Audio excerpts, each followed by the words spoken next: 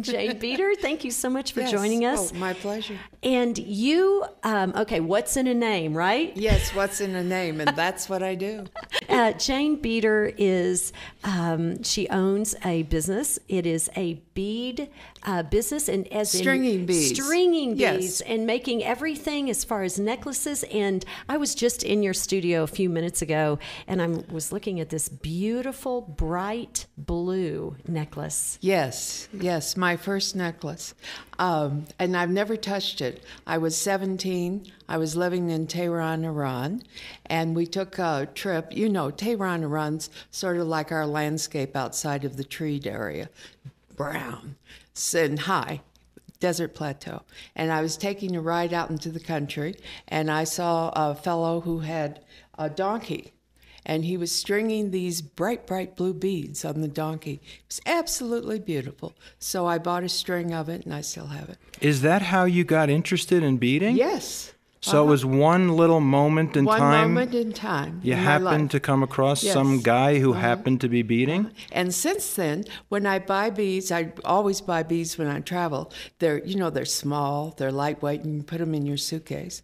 And then for years, I used to line all my dresser drawers with beads, as I was accumulating. Right. And now I have accumulated. You have some beads that are from Africa. Oh, yes. An African came in yesterday. He comes very often sometimes, and I always buy beads from him. He's got a great supply, new ones all the time, and he's sort of my stock. And where in Africa does he have his connection? Oh, Mali, Kenya, all over. How did you even meet somebody like that?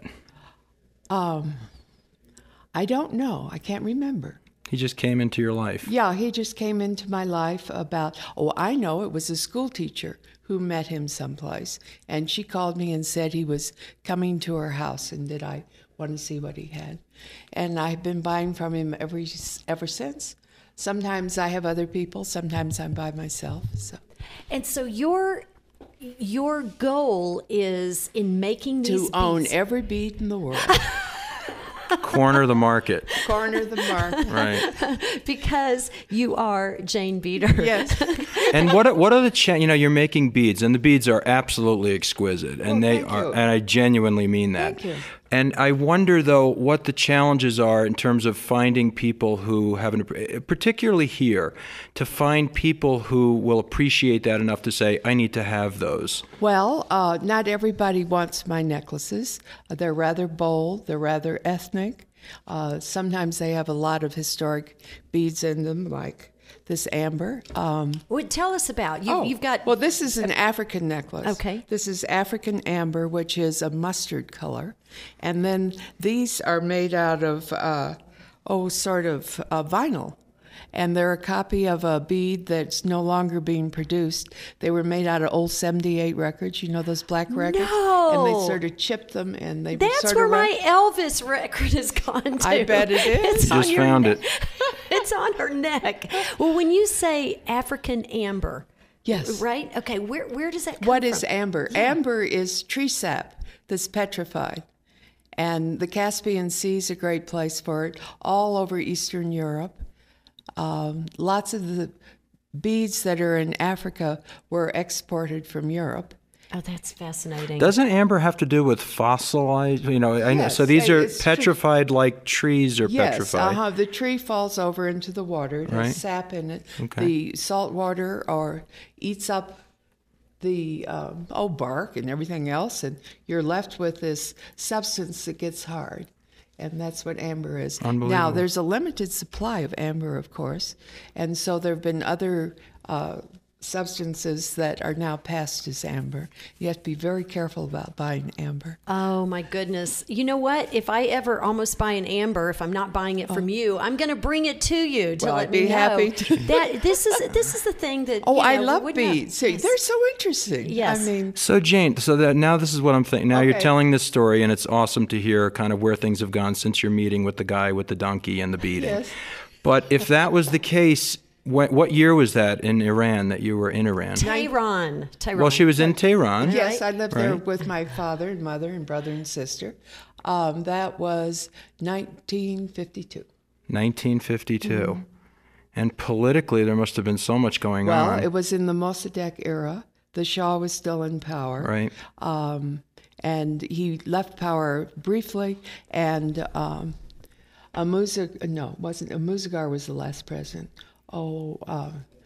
A general came in, I'll think of his name in a minute, and overthrew Mossadegh and took over the government, and we were there during that era. So was your dad working there? Yes, federal government. We started the Marshall Plan after World War II was begun in Europe, and in Truman's era, President Truman's era, it was moved out to the Middle East, and my father was inspired by this and went out and set up a program in Tehran. Oh, wow. And then, that's amazing. Yeah, then really he is. went, after the Korean War, he went into Korea and did the same thing. And when they told you were moving to Iran, what did you think?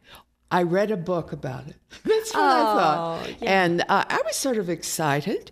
You know, I was just a little American girl growing up in Washington, D.C., and I hadn't traveled much. I grew up during World War II. You know, we never went anywhere in World War II. No gasoline, no trains, no planes. Sure. You know, for those who don't know what the Marshall Plan means, would you explain that? Oh, I'm sorry. That's okay. There are people who are listening who don't know this. All right.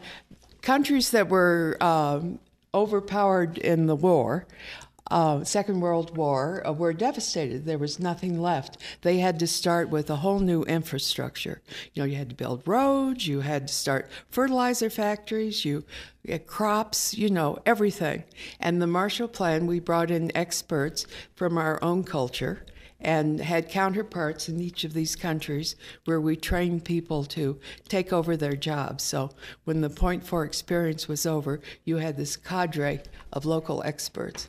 And that's what we did in Iran, and we did it all over the Middle East.